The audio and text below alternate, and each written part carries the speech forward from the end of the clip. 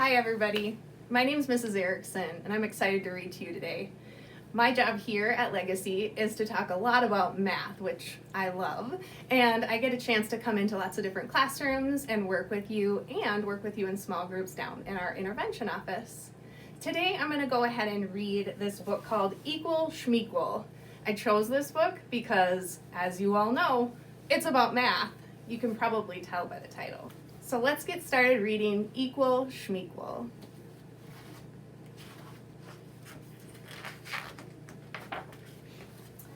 A little brown mouse sat under a leaf, watching a school picnic. The children finished eating and began to play. Some played tag. Some chose teams for a game. The two sides have to be equal, one of them shouted. The children pulled on the ends of the rope. One team was pulled over a line. The other team cheered, "Hooray, we won, we won!" Then one of the teachers called to the children. They all got into a big yellow bus that drove down the road. All was quiet. That looked like fun. "Hey, Bear," called Mouse. "Come out and play." Bear walked out from the trees. "What do you want to play?" "It's a game," squeaked Mouse. "You take one end of the rope and I will take the other. We both pull to see who wins." I wonder who will win that tug of war. Bear gave the rope a mighty yank. Mouse flew across the field. She landed on the ground with a thump. "Hey," said Bear, "where did you go?" "No fair," squeaked Mouse. She picked herself up. "I forgot that the teams have to be equal." "Equal schmeequal," said Bear. Suddenly, sharp claws grabbed the mouse. It was Bobcat. "Gotcha," he snarled. "Help," squeaked the mouse. Bear stood up on his hind legs and growled. "Let Mouse go right now." Bobcat whimpered. "I just want to join the game too. See, Wolf's right here. He wants to play too."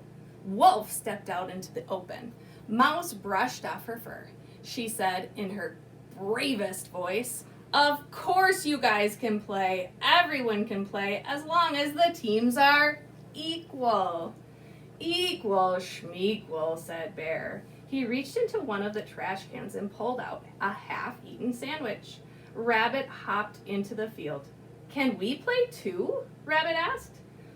Box Turtle plodded close behind. "What does equal mean anyway?" he asked.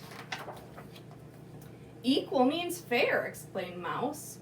"We should divide into two equal teams somehow." "Equal schmeequal," Bear mumbled, with a mouthful of chocolate cake. "Let's try meat eaters against plant eaters," said Rabbit. "That would be fair." "What about Turtle and me?" asked Mouse. "We eat anything small enough." "Well," said Rabbit, "what are your favorite foods?" Mouse replied, "I like blackberries best." "I eat mostly bugs," said Turtle, "but my favorite food is dandelions." "If you like plants best, you belong on my team," said Rabbit. "So it's animals that eat only meat against the rest of us." Bobcat laughed. "You think this is equal?" With just one hard pull, he and Wolf yanked Mouse, Rabbit, and Turtle across the line. They landed in a heap. "That wasn't equal," Turtle complained, peeking out from his shell. Bobcat said, "Everyone with fur, go to one side. Everyone without fur, go to the other." But that left only Turtle on a team, and that couldn't be equal.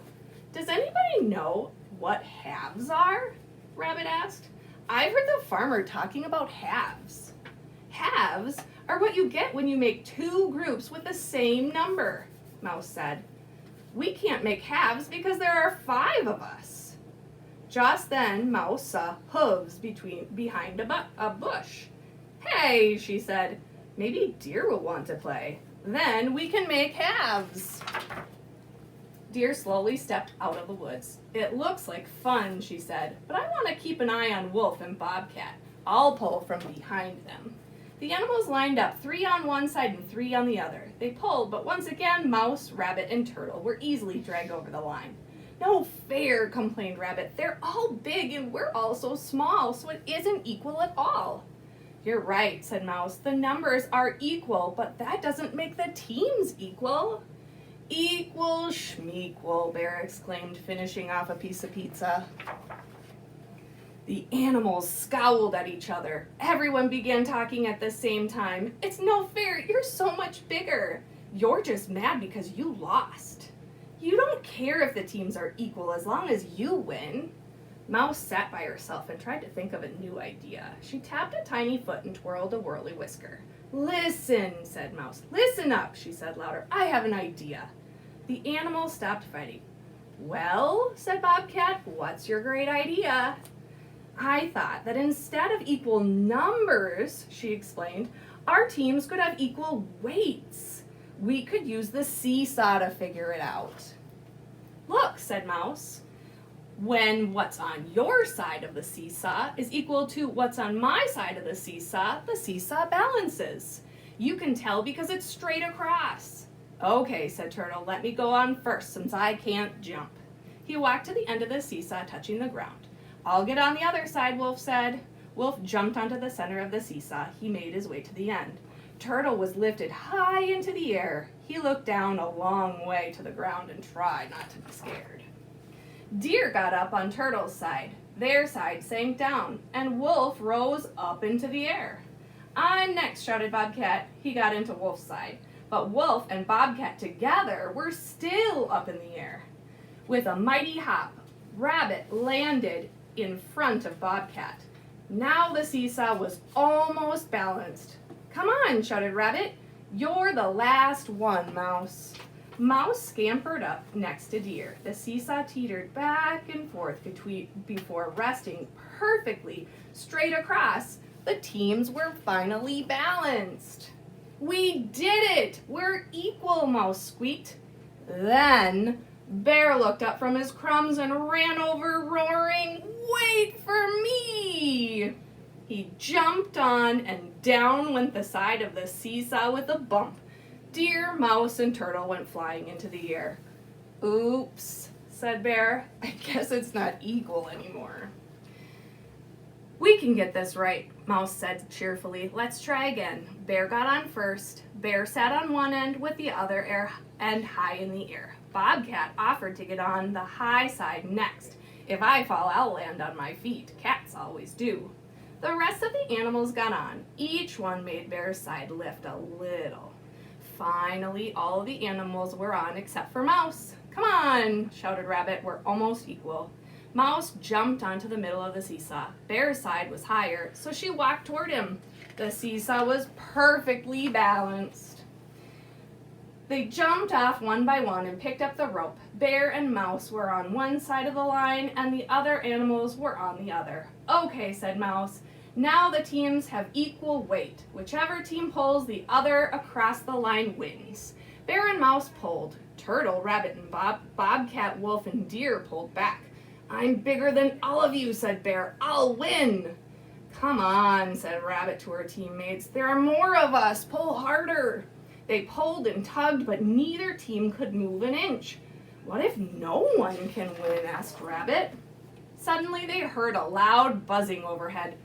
Bees, shouted Bear. There must be honey nearby. He took one paw off the rope to point to a swarm of bees. Just then the other team gave a mighty pull and Bear stepped over the line. Hooray, said Rabbit. We won, we won. But the teams were equal, said Deer. How did we win? Well, what changed was it wasn't equal effort. When we all pull our hardest, the effort was equal. Then that's why no one could win. But when Bear saw the bees, he forgot to pull. The effort wasn't equal anymore. Equal schmequal, said Bear. I want some honey. Mouse laughed. Time for a honey break, she said. The animals followed the bees to their hive in a tree. There was more than enough honey for everyone, and they shared it equally.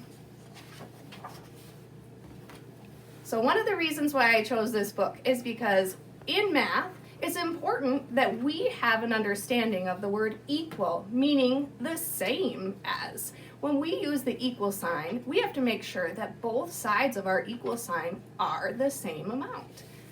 Thanks for listening. Have a great day, everybody. Make sure you keep up your reading for I Love to Read Month.